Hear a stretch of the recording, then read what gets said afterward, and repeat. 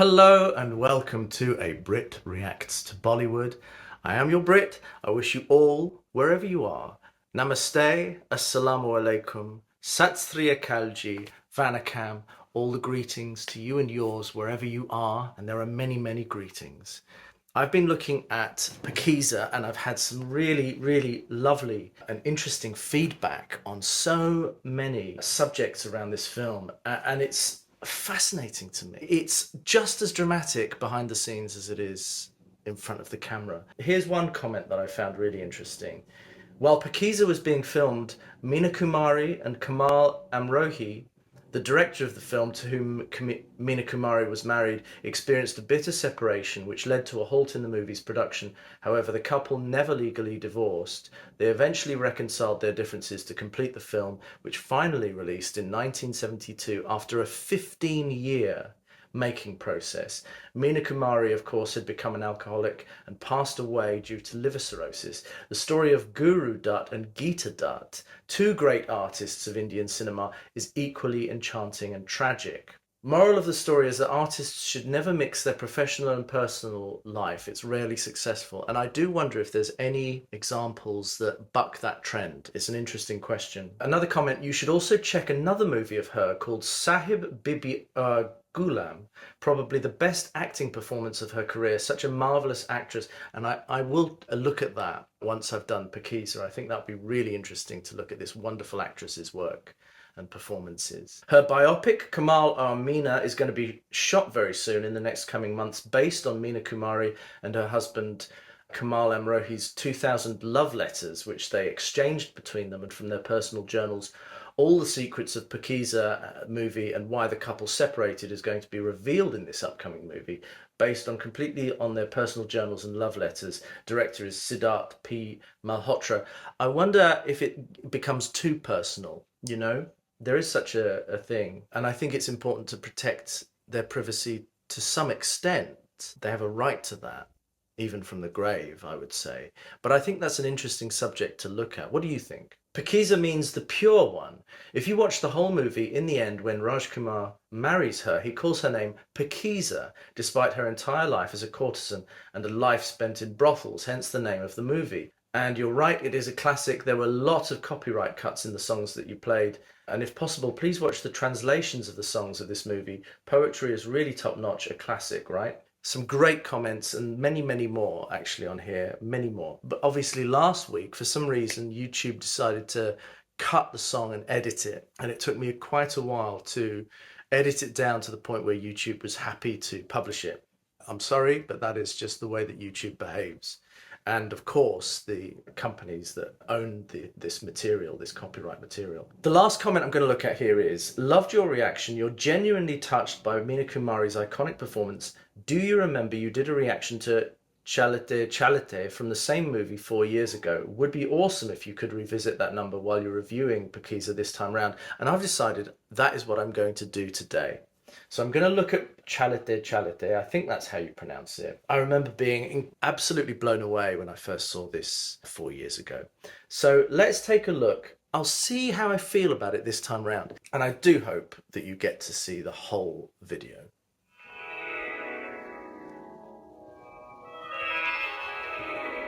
Oh.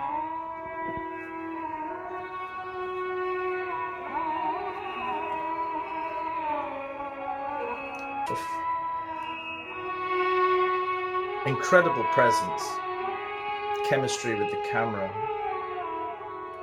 stunning.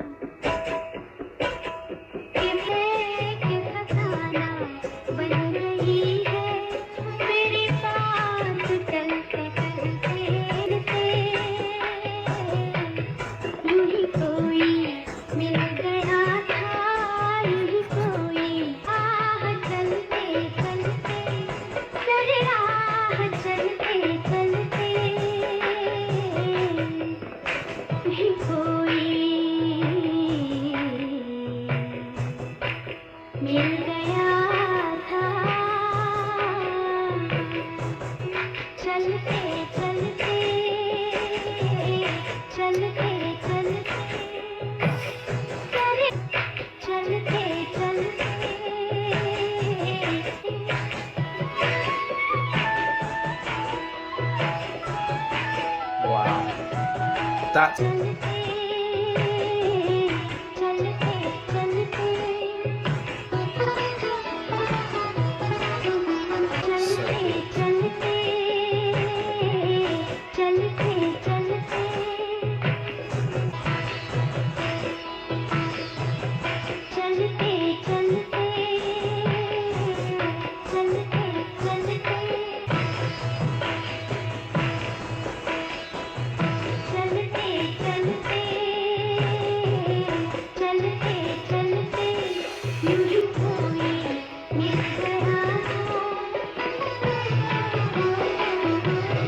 Incredibly symmetrical.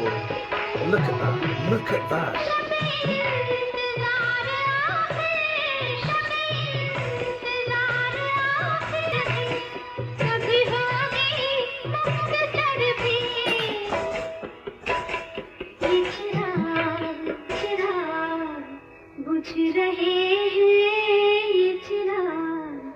बुझ रहे हैं मेरे आँख जलते जलते जलते ये चिराग बुझ रहे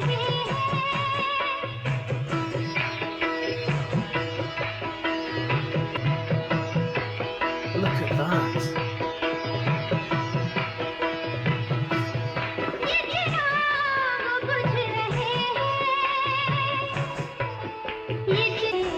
चिराग बुझ रहे हैं ये चिराग बुझ रहे हैं ये चिराग मेरे साथ जलते जलते मेरे साथ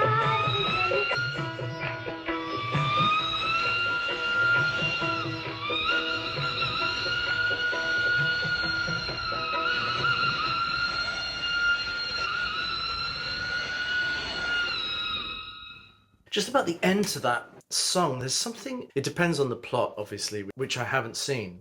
But the idea of the lights going out and the idea of the fountain finally sputtering out and the whistle at the end, that's either like a train arriving or leaving, the call of a bird, some kind of ceremonial whistle or something. It's an incredible way to end that, isn't it?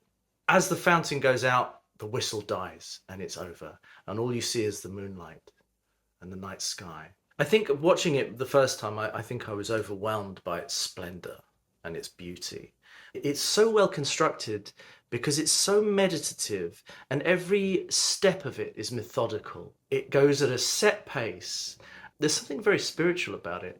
It's hypnotic, this music, and the tone of the voice, Lata Mangeshkar's soaring vocals and then her normal spoken voice there. The lyrics are, while walking, I met someone by chance. I met someone by chance, walking around the path, right there it stood still, right there it stood still, this night of mine, which is fading away. Again, the idea of lights fading, the fountain fading.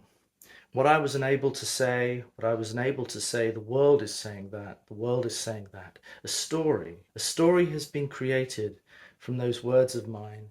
I met someone by chance, walking around the path, while walking, I met someone by chance. The night of waiting will after all shorten soon. These lamps are dying as they burn alongside me. These lamps are dying as they burn alongside me. I met someone by chance walking around the path. I see now the visual connection to the lights dying, the fountain dying, and the whistle at the end. This is deeply mystical, incredibly sad, melancholic lyrics, but they're all about connection, meeting, and separation. The pace of the camera as it pulls back so many times on the characters and on the set, the way that it moves behind the pillars, the symmetrical shots of the back of the man in the foreground watching the two dancers symmetrically set in the same relationship to the pillars looking out at the night sky, and we have Pakeezah's position right in the center down at the end there, upstaging him. So deeply mystical, this performance, this song, the way it's set. It's like salve to my soul, apart from the fact that the set is so exquisite and very cleverly they've made a box room, studio room, look like the blue of a dimly lit moonlit sky around the walls of the garden, of the fountains, of the house. Very cleverly done. Of course, it's exquisitely put together, the costumes, everything. But there's something very integral about all of it. It's all plotted together in a very seamless, lovingly constructed way. You see this intimate, unspoken quietness between them. I mean, aside from the lyrics, he's saying nothing to her. It's just eye contact.